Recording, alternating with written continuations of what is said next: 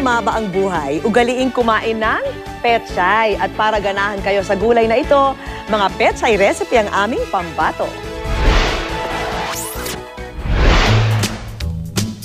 Kimchi ng Korea, stir-fried bok choy ng China, bok choy in tomato sauce ng Turkey, at bulalo ng Pilipinas. Magkakaiba man ang mga lasa't bansang pinanggalingan ng mga putahing ito, meron silang pagkakapareho. At yan ang sangkap na pampahaba ng buhay, walang iba kundi ang gulay na pechay. Ang Chinese cabbage o pechay, bahagi ng national cuisine ng iba't ibang bansa. Siksik kasi ito sa sustansya, gaya ng calcium para sa matitibay na buto, potassium for strong muscles, at vitamin A for good eyesight. At dahil gusto naming malasap nyo ang mga lutong banyagang sinahugan ng pechay, sagot na namin ang international kainan nyo. Si Chef Romeo Salazar ng Munch and Mingle Catering ang bahala sa mga pechay recipe na truly appetizing. Dahil napamahal na tayong mga Pinoy sa lutong Italia, first recipe natin ang healthy pechay lasagna. Ang nakasanayan nating lasagna, ngayon lulutuin natin kung saan lalagyan natin ng twist at ang bibita ay ang pechay. Bukod sa pechay, i-ready ang button mushrooms, shiitake mushrooms, bawang, sibuyas, ang mga pampalasang asukal, asin, tomato sauce at tomato paste, at ang mga keso gaya ng parmesan at cheddar cheese at mozzarella. Lutuin muna ang pasta sa kumukulong tubig for 8 to 10 minutes. Pagkaluto, lagyan ng konting mantika ang pasta para hindi ito magdikit-dikit. Oras na para gawin ang red sauce. Ang pechay, hiwain ng maninipis. Iprito muna ang mga mushroom.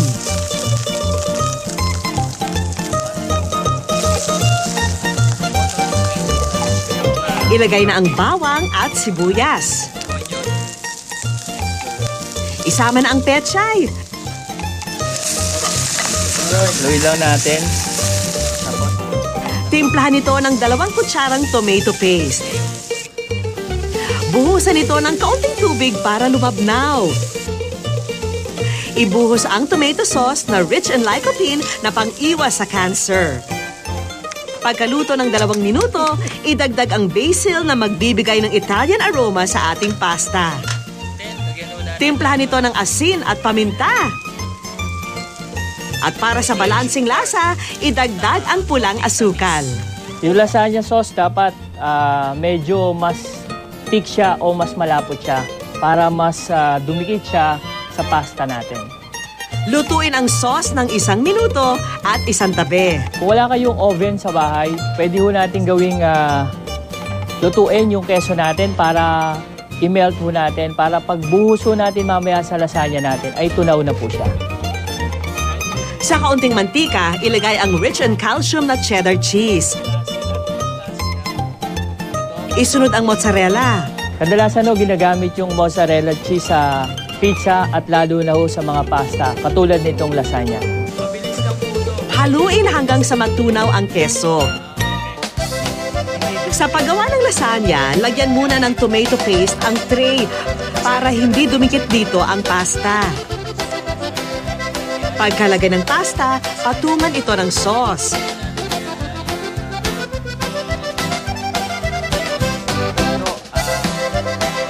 Isunod ang melted cheese. Ganito rin ang gawin sa mga susunod na layer ng lasagna.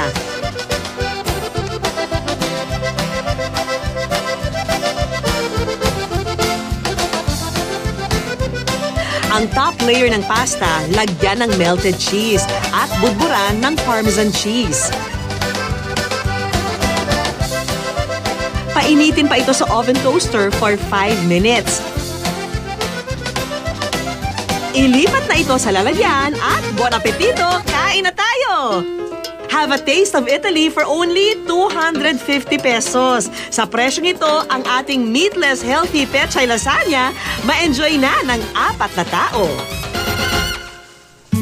Mula sa Europa, dumako naman tayo sa masustansyang pagkain ng Asia. Gaya na lang nitong rainbow sushi roll ng bansang Japan. Alam ho nating healthy na ang pechay. Ngunit papahealthyhin pa ho natin sa ating Japanese food sa oras na to ang ating rainbow sushi roll. Ihanda ang nori wrapper, toge, asparagus, red cabbage, tokwa, shiitake mushrooms at mayonnaise. I-ready rin ang makukulay na gulay na pipino, bell pepper, carrots, singkamas at beets. Una natin gagawin ay iprito muna ho natin ang shiitake mushroom ho natin para ho medyo mas malambot na ho pagka ni-roll natin mamaya.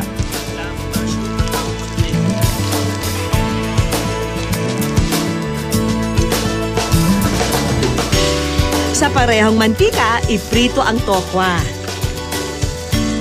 Hintayin lang maging golden brown ang magkabilang side nito.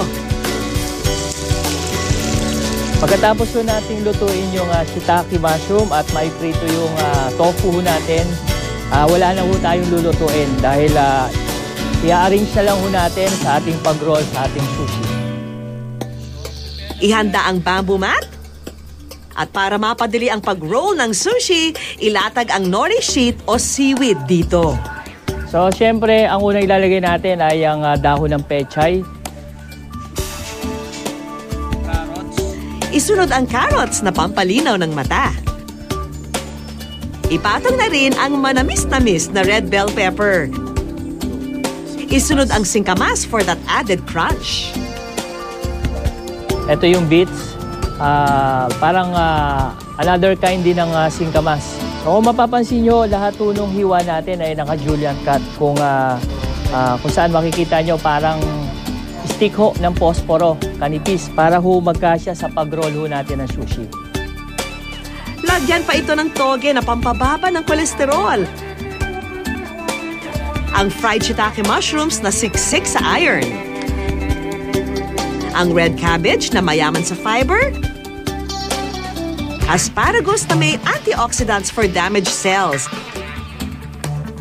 At ang panghuli, ang mayaman sa proteinang tokwa. Itong mayo natin, nilagyan natin para siya yung magbigay ng lasa sa sushi natin. Kung saan ay naghahalo yung konting asim, konting alat, at the same time may konting tamis galing dun sa mga vegetables na ginamit natin. Ito rin daw ang magsisilbing binder ng mga gulay. Tip ni Chef, mainam na basain muna ang magkabilang dulo ng nori para maging intact ang sushi. Saka ito maingat na i-roll.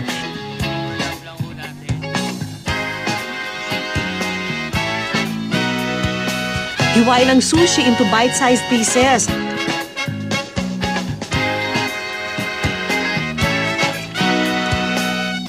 Partneran ito ng sawsawang wasabi at toyo. 2 tao na ang makakalasap ng rainbow sushi. Mapapa-arigato ka sa mura ng iyong ginastos. Kung sa Pinoy ulam naman tayo natatakam, siguradong papatok sa inyo itong stuffed pechay with gata. Ihanda na ang pechay, ground chicken meat, gata, chili flakes, siling haba, turmeric, patis, sibuyas, bawang, kamatis at asin. Timplahan muna ang giniling na manok ng kaunting patis at asin. So nilagyan na ho natin ng patis at konting asin. Pwede hong meat ng pork o ng chicken para ho sa stuffed pechay natin. So ito na po yung dahon ng pechay kung saan po ay tinanggal ho natin yung stalk o yung puti ho. Dito ho natin ipapalaman yung meat ho natin.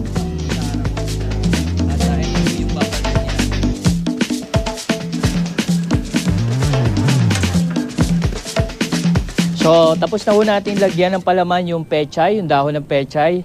So, after ho niyan, pwede na ho tayong mag-saute. Sa mainit na mantika, igisa ang bawang at sibuyas.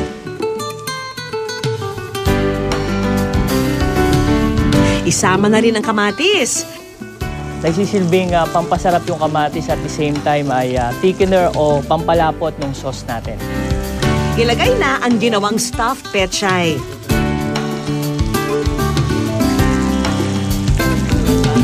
Pagkaluto, ibuhos ang isang cup ng kakanggata. So yung tamis niya together sa konting asin at patis ay napakasarap pagsamahin. Pakuluan lang ng 2 to 3 minutes para maluto ang gata. So nilagay na ho natin yung turmeric kung saan ay magbibigay ng kulay. At the same time, ito yung isang spice na magpapasarap po talaga sa ating stuffed pechay. Ihalo ang kaunting chili flakes. Pwede ring magdagdag ng siling haba, depende sa gusto nyong anghang. Pagkalipas ng 1 minuto, ready to serve na ang masarap na ulam. Sa halagang 100 pesos, may pagsasaluhan ng malinamnam ang 4 na tao. Sa dali at mura ng mga pechay recipe na ito, talagang mapapa-oh my gulay kayo. Kaya tara na't subukan ang sarap at sustansya hatid ng mga putaheng swak sa panlasa.